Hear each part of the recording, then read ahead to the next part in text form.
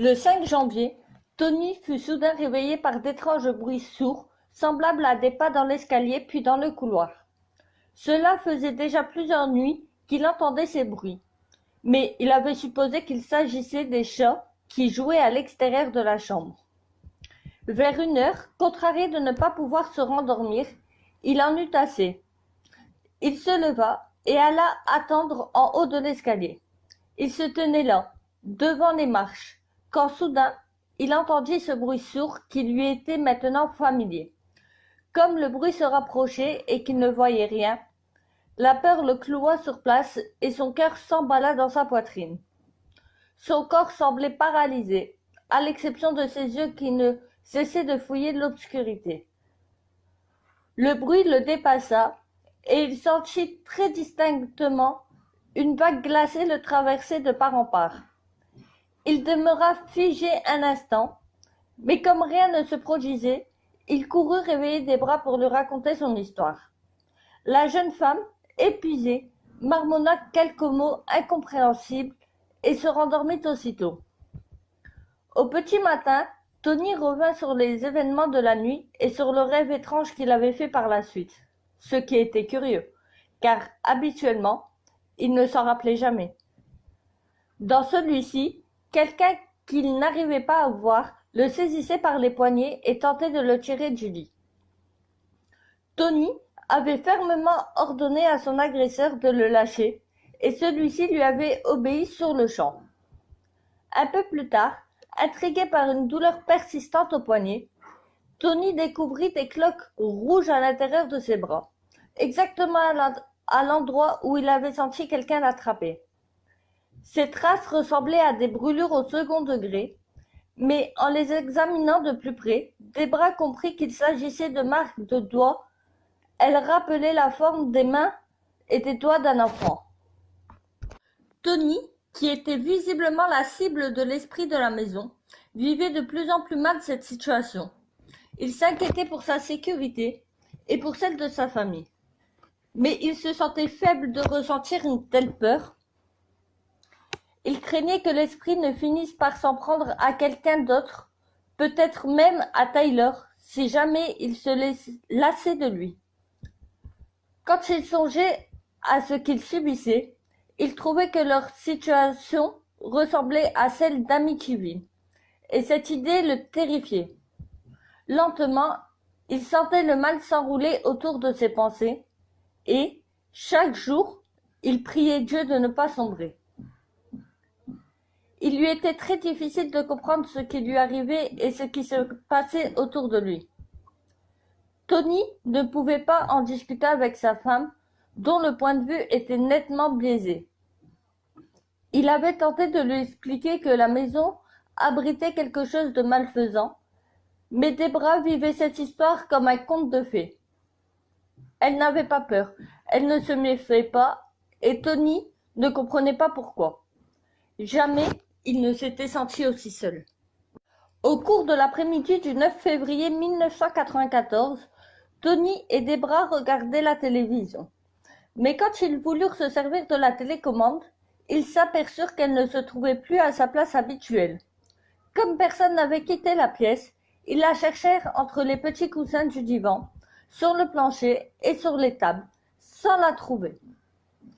À 22h30, Tony s'endormit sur le divan et Debra en profita pour aller prendre un bain à l'étage. 30 minutes plus tard, quand elle retourna au salon, Tony dormait toujours dans la même position, mais la télécommande de la télévision se trouvait maintenant sur le haut de ses cuisses. Quand il se réveilla, Debra lui demanda où il avait trouvé la télécommande et, pensant qu'elle plaisantait, il lui retourna la question, ajoutant qu'elle l'avait touché à l'épaule et qu'elle lui avait dit « Tony, la voici ta télécommande ». Tony devint livide et Debra comprit soudain qu'il parlait sérieusement. Apparemment, le fantôme d'une femme s'était invité dans la maison, ce qui ne semblait pas spécialement troubler Debra. 2 jours plus tard, le couple se préparait à sortir dîner dehors. Debra démêlait ses cheveux humides devant la coiffeuse de la chambre quand soudain la voix de Tony la fit sursauter. « Est-ce que tu viens de passer devant la salle ?» Puis, constatant que sa femme n'était pas encore habillée, il interrompit sa phrase et lui expliqua qu'il venait de voir passer une femme aux cheveux blonds, relevée, se diriger vers une chambre. Elle lui ressemblait tellement qu'il aurait pu jurer que c'était elle. Apparemment, l'intruse essayait de capter l'attention de Tony, et Debra sentit une fois encore la jalousie l'envahir. Elle qui avait toujours voulu des fantômes n'en voyait aucun, mais son mari, qui en avait une peur terrible, en était à deux. Tony, désespéré, se demandait s'il n'était pas en train de devenir fou. Il était le seul à entendre des voix et à voir des fantômes. Peu de temps après, George demanda à Debra l'autorisation d'amener 2 collègues de travail pour une petite expérience. Le soir venu, il arriva à 22h45 en compagnie de Chris et John, 2 collègues de travail, pour une séance de spiritisme improvisée. Au moment où il passait la porte, la lampe à huile de Sally s'alluma brusquement, et Debra se demanda si la fillette souhaitait par ce moyen leur faire comprendre qu'elle approuvait ce projet. Tout le monde prit place autour de la table de la salle à manger, et immédiatement, ils sentirent des courants d'air froid balayer leurs visages. Ils n'étaient pas seuls. Ils décidèrent alors d'éteindre la lumière et d'allumer les cierges que Sally affectionnait tant, sans vraiment savoir pourquoi.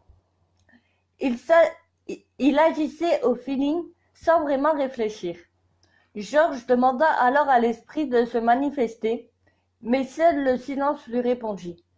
Alors ils recommencèrent à discuter, les mains posées en évidence sur la table. Ainsi, si un phénomène étrange se produisait, personne ne serait suspecté.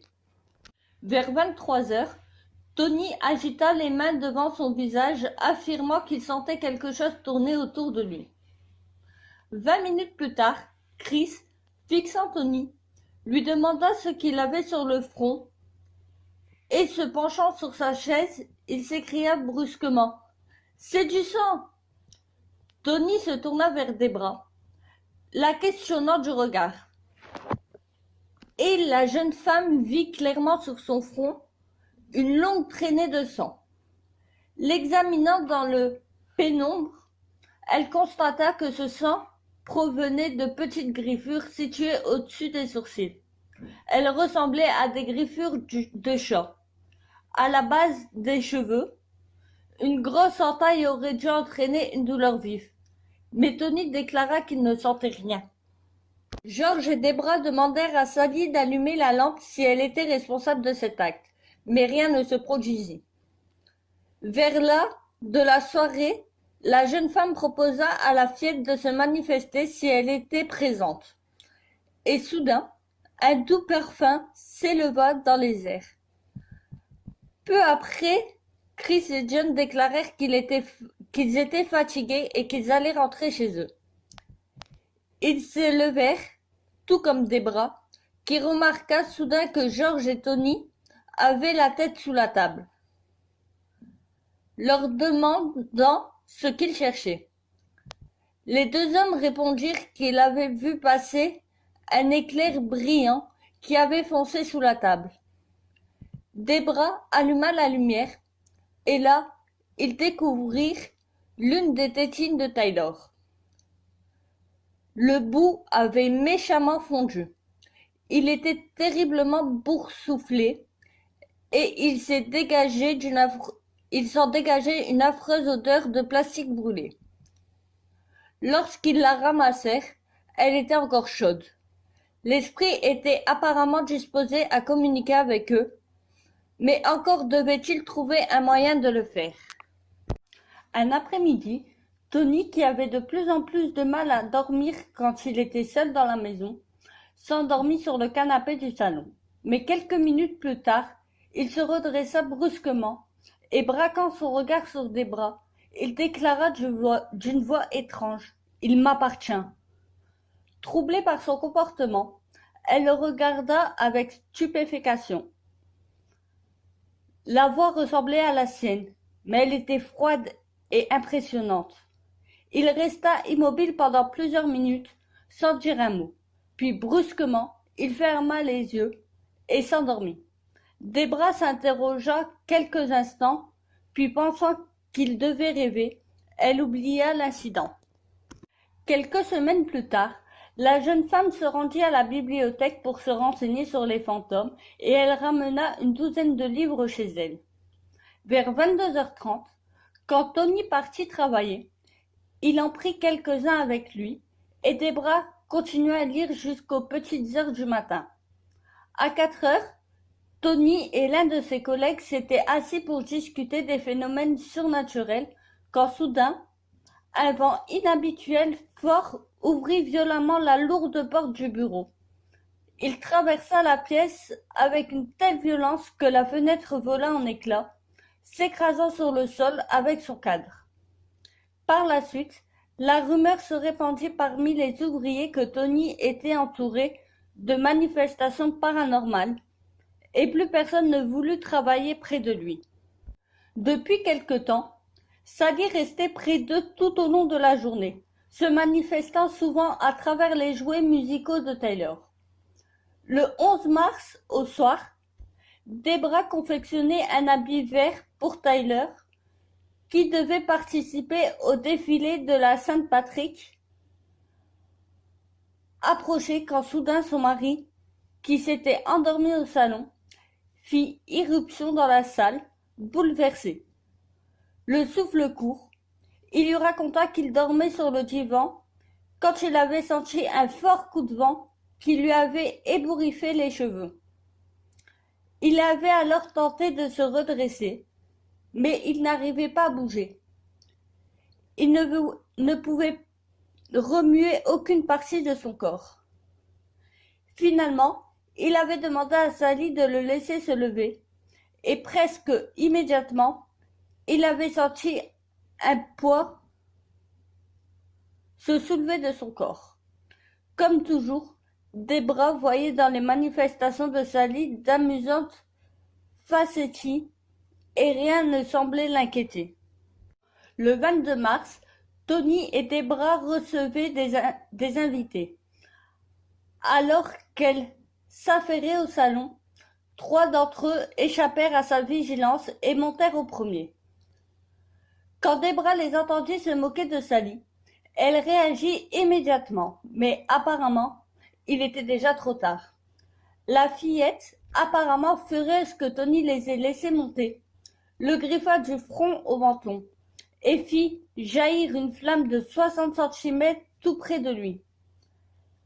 Debra la sermonna, l'envoya dans sa chambre, et peu après, des bruits de pas résonnèrent dans la pièce.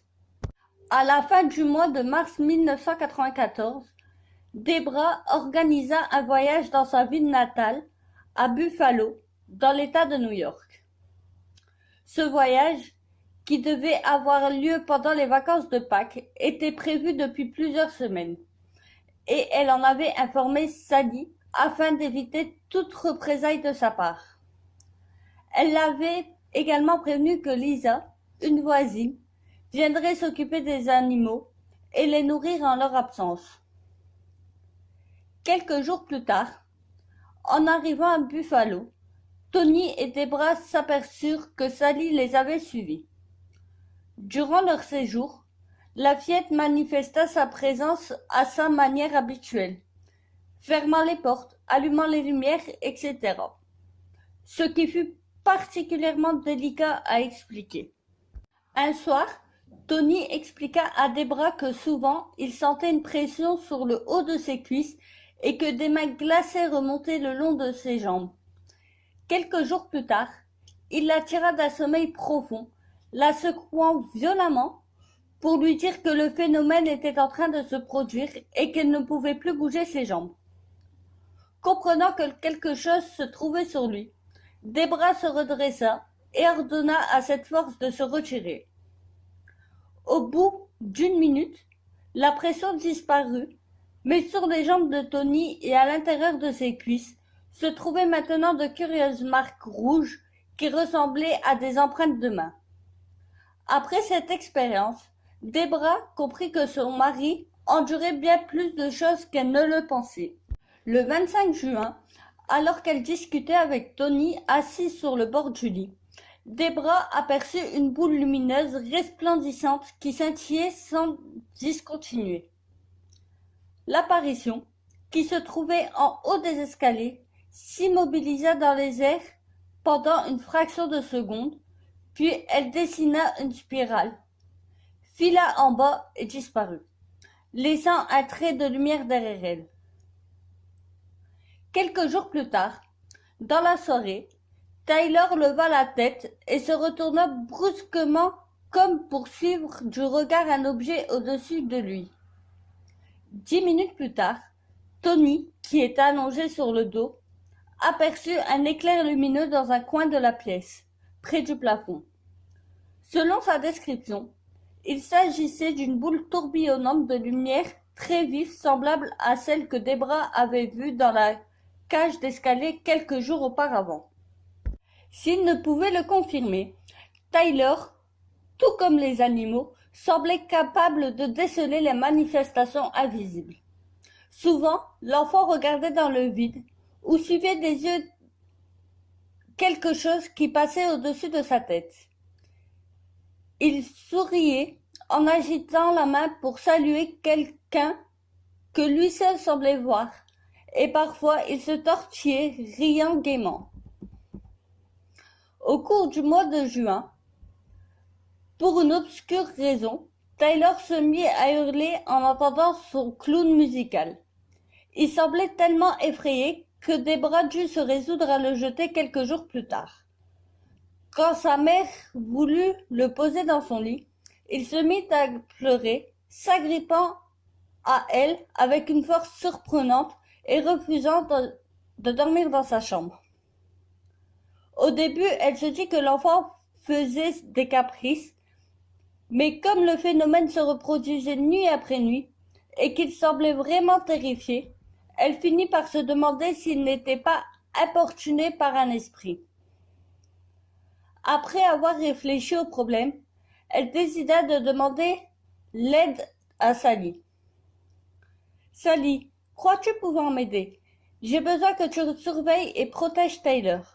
Il est très fatigué et a besoin de sommeil. Peux-tu faire en sorte que personne ne vienne le réveiller et l'effrayer cette nuit? Tu nous rendrais un fier service à nous et aussi à Tyler. » Cette nuit-là, Tyler ne se réveillait pas une seule fois. Le 9 juillet, Debra entendit un gémissement étrange en provenance de la chambre où dormait Tony. Croyant qu'il s'agissait de la radio que son mari laissait souvent en marche pour couvrir les bruits de la journée, la jeune femme n'en tint pas compte, mais un instant plus tard, il l'appela d'une voix déformée.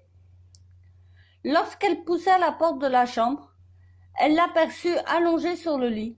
Les traits étaient déformés par la peur.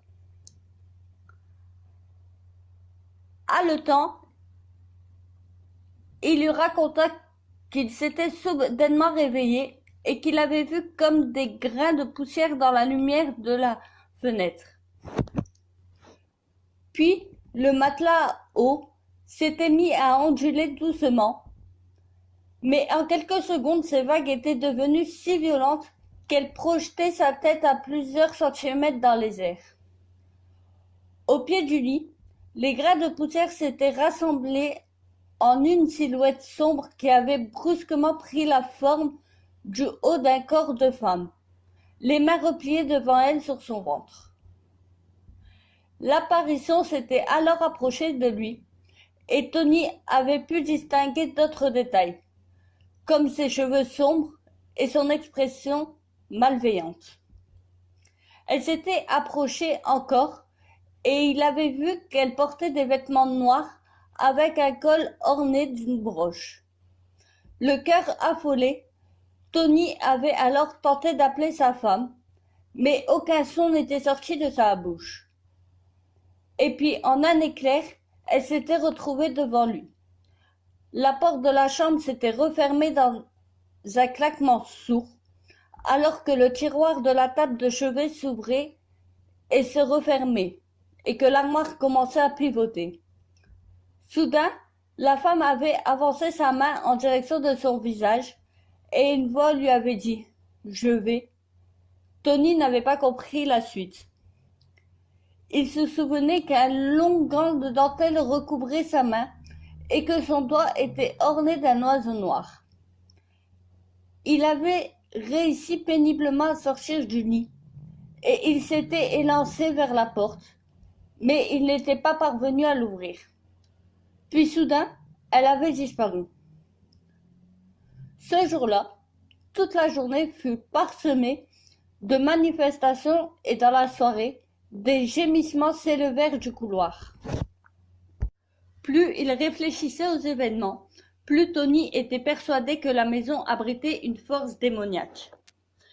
Et même si cette force empruntait les traits d'une fillette ou d'une femme ressemblant à Debra, il était certain qu'elle n'était pas inoffensive. Quelques jours plus tard, quand il commença à voir les grains de poussière se rassembler au pied de son lit, il téléphona immédiatement à sa femme et, au bout de 3 minutes, la manifestation disparut.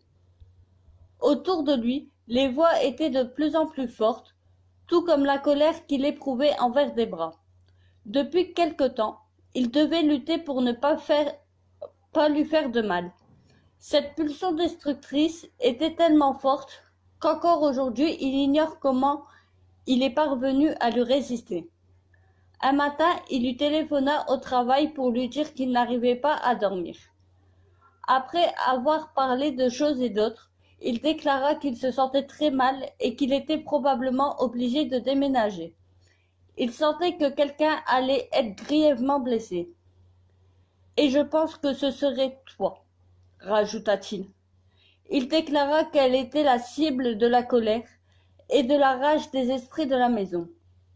Après avoir raccroché, Debra y songea le reste de la journée, tentant de découvrir le sens de ses propos. Barbara donnait régulièrement des conférences dans différentes universités, non seulement devant des étudiants, mais également des professeurs, des journalistes, des scientifiques, des sceptiques. Dans ces conférences, elle parlait souvent du cas de Tony et Debra, mais jusque-là, elle avait préservé leur anonymat. Mi-juin, avec leur accord, elle ajouta des photos à son exposé, et bientôt le cas suscita beaucoup d'intérêt. Peu après, des représentants de l'émission Unsolved Mystery et de Thinking la contactèrent, demandant à rentrer en contact avec les Pickman. Le soir même, Barbara leur téléphona, les mettant en garde contre les répercussions d'une telle émission sur leur vie. Elle ajouta que s'il acceptait, il devrait choisir l'équipe la plus petite afin d'éviter d'être envahi. Debra n'avait jamais songé à ce que leur histoire puisse intéresser les médias, et la proposition était plutôt déconcertante. Elle répondit à Barbara qu'elle en discuterait avec Tony et qu'elle la rappellerait. La jeune femme pensait que des connaisseurs pourraient peut-être répondre aux questions qu'ils se posaient et que leurs témoignages pourraient aider des personnes dans leur cas, mais Tony redoutait la curiosité et l'éloignement éventuel d'amis ou de membres de sa famille. Au bout d'une semaine, Debra réussit à convaincre son mari d'accepter de parler à l'un de ses représentants, de la plus modeste des équipes, mais il souhaitait auparavant que toutes leurs photos soient authentifiées. Quelques jours plus tard, après avoir discuté avec le représentant de Thinking, Debra était plutôt excitée et elle espérait que son mari le serait aussi, mais malheureusement, ce ne fut pas le cas. Au bout de plusieurs jours de discussions animées, Tony accepta d'y participer à condition que son identité soit masquée. Alors que le jour du tournage approchait, Tony s'inquiétait de plus en plus, craignant le regard de ses collègues de travail. Le couple se disputait tellement qu'à 2 reprises ils cessèrent de s'adresser la parole pendant plusieurs jours. Le vendredi 6 juillet 1994, après expertise, William Edison, le spécialiste des effets visuels de l'émission, leur annonça que les photos étaient authentiques et qu'il n'avait pas pu les reproduire avec les instruments dont il disposait. Cette nouvelle apaisa un peu les tensions, même si Tony continuait à penser que le but de l'émission était de les détruire en faisant passer pour des imbéciles sur une chaîne nationale. Le week-end suivant, les 3 membres de l'équipe de Think vinrent passer 2 jours dans la maison des Pickman, afin de minimiser les répercussions qu'entraînerait forcément leur témoignage. Ils avaient décidé que le nom de la ville serait changé et que toutes les images de Tony seraient brouillées. Malgré toutes ces précautions, tous ceux qui virent Tony le reconnurent. 30 minutes après leur arrivée, le tournage commençait, rapidement interrompu par l'irruption des voisins. À ce moment-là, Tony, qui avait observé la scène en portant Tyler dans ses bras, dit à sa femme que Sunny ne semblait pas apprécier toute cette agitation et lui proposa de venir au salon. Le preneur de son fut le premier à remarquer le problème et la caméra se tourna vers Tony, qui balbutia maladroitement quelques mots. Il expliqua avoir senti un air glacé sur ses bras et juste après, 3 égratignures sanguinolentes étaient apparues sur son biceps gauche. Tony était inquiet pour la suite, mais Debra éprouvait des sentiments contradictoires. D'un côté, elle était heureuse qu'un incident se soit produit en présence de l'équipe. De l'autre, elle ne comprenait pas ce qui avait provoqué cette agression.